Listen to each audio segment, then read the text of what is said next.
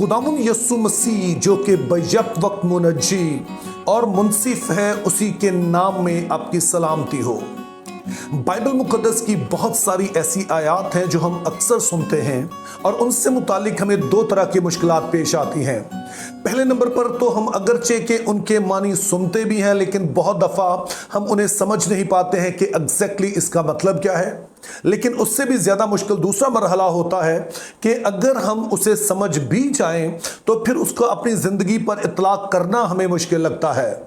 लेकिन मेरा ख्याल है कि ये दोनों ही बातें आपस में जुड़ी हुई हैं, क्योंकि जब हमें किसी बात का पूरी तरह से समझ नहीं आती है तो फिर उसका इतलाक करना भी जाहिर है मुश्किल ही होता है, क्योंकि या तो हम फिर किसी एक इंतहा की तरफ चले जाते हैं या फिर दूसरे इंतहा की तरफ चले जाते हैं। आज का जो सवाल है ये भी इसी तरह के एक हवाले से मुतालिक है, और ये सवाल हमारे एक भाई हैं जिनका नाम वेबल जेम्स है और उनका ताल्लुक हैदराबाद से है, उन्होंने भेजा है। तो उन्होंने पूछा है कि जब खुदावंद यीशु मसीह कहते हैं कि तू अपने भाई को 7 की बजाय 7 के 70 बार माफ कर, तो इससे मुराद क्या है। और फिर उन्होंने एक खास किस्म की सिचुएशन बताकर मुझसे पूछा है कि इस सिचुएशन में, इस सूरत हाल में इस आयत का इतलाक किस तरह से हम अपनी ज़िंदगी पर कर सकते हैं। तो जो सिचुएशन उन्होंने बताई है उसका जिक्र मैं अभी नहीं करूंगा, बल्कि पहले हम इस आयत के मानी को समझ लेंगे और उसके बाद फिर मैं वो आपको सिचुएशन भी बताऊंगा और फिर कि किस तरह से इसका इतलाक इस मखसूस सूरत हाल में किया जा सकता है। तो आइए पहले हम इस हवाले को पढ़ लेते हैं, यानी मुकद्दस मत्ती की मार्फत लिखा गया इंजीली बयान, उसका 18वां बाब और उसकी 21 और 22 आयत। उस वक्त पतरस ने पास आकर उससे कहा, ऐ खुदावन, अगर मेरा भाई मेरा गुनाह करता रहे तो मैं कितनी दफ़ा उसे माफ़ करूं? क्या 7 बार तक? यीशु ने उससे कहा, मैं तुझसे ये नहीं कहता कि 7 बार, बल्कि 7 दफ़ा के 70 बार तक। अब जैसे कि मैं आपको हमेशा ही कहता हूं कि हर एक हवाले को, हर एक आयत को बेहतर तौर पर समझा जा सकता है अगर हम उसके सियाक व सबाक की रोशनी में, उसके कॉन्टेक्स्ट की रोशनी में सीखें। तो ये 2 आयत जो अभी हमने पढ़ी हैं, ये भी अपने सियाक व सबाक में ही आपको ठीक मानी तक लेके जाएंगी। यानी कि इन 2 आयत से पहले क्या बात हो रही है और इन 2 आयत के बाद क्या बात हो रही है। जब आप इस हवाले को पढ़ेंगे तो आप नोट करेंगे कि आपकी बाइबल मुकद्दस में ये हवाला जो है दरअसल 15वीं आयत से शुरू होता है और 35वीं आयत तक जाता है। तो पहले हम 23 आयत से 35 आयत में जो एक तमसील दी गई है, जिसके जरिए से यीशु ने इस बात को, इस पॉइंट को समझाने की कोशिश की है, हम उसे देख लेते हैं। तो इस तमसील में 2 तरह के अल्फाज इस्तेमाल हुए हैं, एक है तोड़ा और दूसरा है दिनार। लेकिन मैं यहां पर तोड़ा और दिनार का लफ्ज इस्तेमाल नहीं करूंगा, बल्कि आपको आसानी से समझाने के लिए आज की करेंसी के लिहाज से मैं बात करूंगा, ताकि आप बेहतर तौर पर इस बात को समझ सकें। तो तमसील कुछ यूं है कि एक बादशाह था और उसका एक मुलाजम था जिसने इस बादशाह से 6 लाख रुपया कर्ज लिया। और जब वक्त आया तो बादशाह ने इससे पूछा कि वो कर्ज जो तूने लिया था वो अब वापस कर। तो ये मुलाजिम कहने लगा कि मैं ऐसा नहीं कर सकता, और फिर बादशाह की मिन्नत करने लगा। लेकिन बादशाह ने कहा कि नहीं, इसका सारा कुछ जो है वो बेच दिया जाए, इसके बीवी बच्चे जो कुछ भी है, और इससे कर्ज वापस लिया जाए। लेकिन जब ये शख्स बादशाह की बहुत मिन्नत करने लगा तो बादशाह को इस पर तरस आया और इसने इसका सारा कर्ज माफ कर दिया। अब जब इसका कर्ज माफ हो गया और ये बाहर निकला तो इसको इसका एक साथी मिला और इसके साथी ने इससे 1000 रुपया कर्ज लिया हुआ था। तो ये अपने उस साथी से कहने लगा, भाई तूने मुझसे 1000 रुपया लिया था, वो मुझे वापस कर। तो अब इसका जो साथी था, हम खिदमत था, वो कहने लगा कि मेरे पास तो वो नहीं है, तो मुझे कुछ वक्त दे दो, मैं अदा कर दूंगा। लेकिन ये शख्स जिसके अपना कर्ज माफ हो गया था, इसने अपने मकरूज की बात सुनने की बजाय, उसके तरले मिन्नत को सुनने की बजाय उसको कैद खाना में डाल दिया।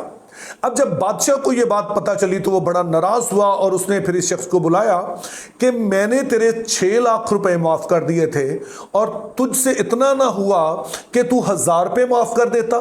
तो फिर उसने अपने मुलाजमों को हुक्म दिया कि इसको बांध कर कैद खाना में डाल दिया जाए जब तक कि ये खुद इस कर्ज को अदा नहीं करता है।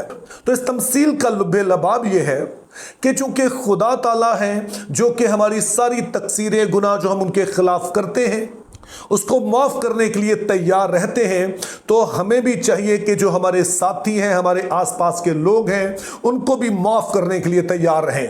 लेकिन सवाल आता है कि कितनी दफा हम माफ करें, और यही सवाल दरअसल पतरस का भी है। और वो पूछता है कि खुदावंद क्या मैं अपने भाई को 7 बार माफ करूं?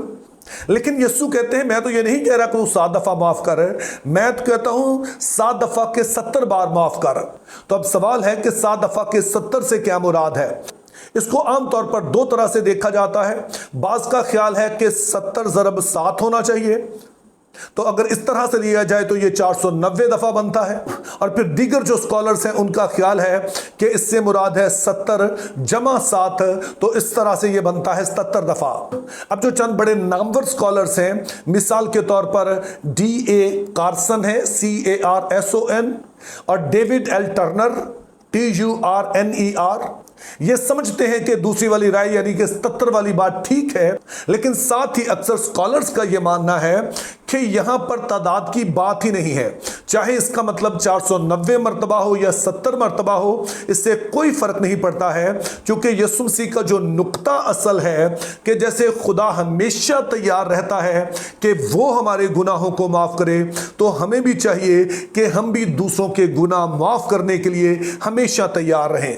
अब इस बात की रोशनी में भाई वेवल ने फिर एक सिचुएशन बताई, और उन्होंने कहा कि फर्ज करें कि कोई शख्स है जो अपनी बहन, बेटी या घर की किसी भी खातून के साथ जा रहा है, और फिर कोई शख्स हाथ में बैठा है तो उन पर हमला करता है और किसी तरह से इस फैमिली पर गालिब आता है, और वो खातून जो उसके साथ है उसके साथ ज्यादती करता है, तो क्या इस सूरत में भी हमें इस भाई को माफ कर देना चाहिए? तो इस बात को बेहतर समझने के लिए हमने जो आयत अभी कुछ देर पहले पढ़ी थी, उनसे पहले जो कुछ लिखा गया है उसे पढ़ लेते हैं। अगर तेरा भाई तेरा गुनाह करे तो जा और खलवत में बातचीत करके उसे समझा, अगर वो तेरी सुने तो तूने अपने भाई को पा लिया। अब हमने जो तीनों हवाले पढ़ लिए, ये आयत जो अभी हमने पढ़ी है और जो पतरस ने सवाल किया था और ये सुनी तमसील दी, इन सभी में जो एक बात मुश्तरक है कि पहले में भी कहा गया कि अगर तेरा भाई गुनाह करे, दूसरे वाले में भी कहा गया कि अगर तेरा भाई गुनाह करे, और तीसरे में कहा गया कि अगर तेरा कोई हम खिदमत है जिसने तेरा कर्ज देना है।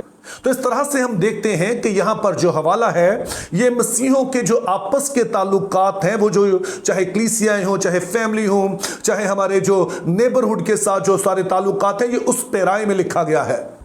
अब जब हम इन 2 बातों को समझ आते हैं तो फिर जो सिचुएशन भाई वेवल जेम्स ने बताई उसका जवाब देना भी हमारे लिए कदरे आसान हो जाता है। तो उसके लिए मैं कहना चाहता हूं कि ये वाली जो माफी और ये जो बात की गई जो अभी हमने पढ़ी है, ये भाइयों के आपस के ताल्लुकात की बात हो रही है। बाइबल मुकद्दस ये नहीं कहती है कि अगर कोई मुजरिम है और वो मुआशरे को नुकसान पहुंचा रहा है तो हम उसे शख्सी तौर पर माफ करें, चूंकि वो जुर्म किसी एक शख्स के खिलाफ नहीं है बल्कि पूरे मुआशरे के खिलाफ है। और उससे मुतालिक हमें जो हदायत दी गई हैं वो रोमियो के नाम पौलुस रसूल का खत उसके 13वें बाब में दी गई हैं, और उसकी मैं पहली आज से पढ़ना चाहता हूं। इसको जरा सुनिए कि खुदा का कलाम इस हवाले से क्या कहता है। हर शख्स आला हुकूमतों का ताबे रहे, क्योंकि कोई हुकूमत ऐसी नहीं जो खुदा की तरफ से ना हो, और जो हुकूमतें मौजूद हैं वो खुदा की तरफ से मुकर्रर हैं। पर जो कोई हुकूमत का सामना करता है वो खुदा के इंतज़ाम का मुखालिफ है, और जो मुखालिफ है वो सजा पाएंगे, क्योंकि नेकोकार को हाकिमों से खौफ नहीं बल्कि बदकार को है। बस अगर तू हाकिम से न डर रहना चाहता है तो नेकीकार उसकी तरफ से तेरी तारीफ होगी, क्योंकि वो तेरी बेहतरी के लिए खुदा का खादम है।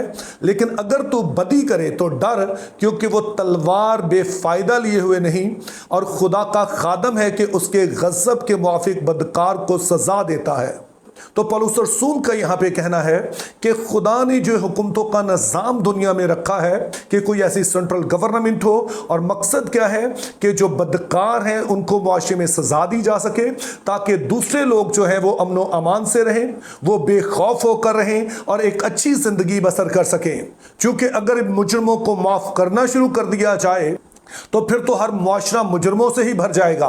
तो मेरी दुआ है कि खुदा हम सभी को फजल दे कि हम बाइबल मुकद्दस को बेहतर तौर पर समझ सकें, और फिर उसी के मुताबिक मुख्तलिफ तरह की सूरत हाल में हमारा रवैया भी उसी तरह से हो जैसा कि उस सूरत हाल के मुताबिक खुदा का कलाम हमारी रहनुमाई करता है। खुदा हमें ऐसा करने का फजल दे। Think biblically, live purposefully, have a very good day.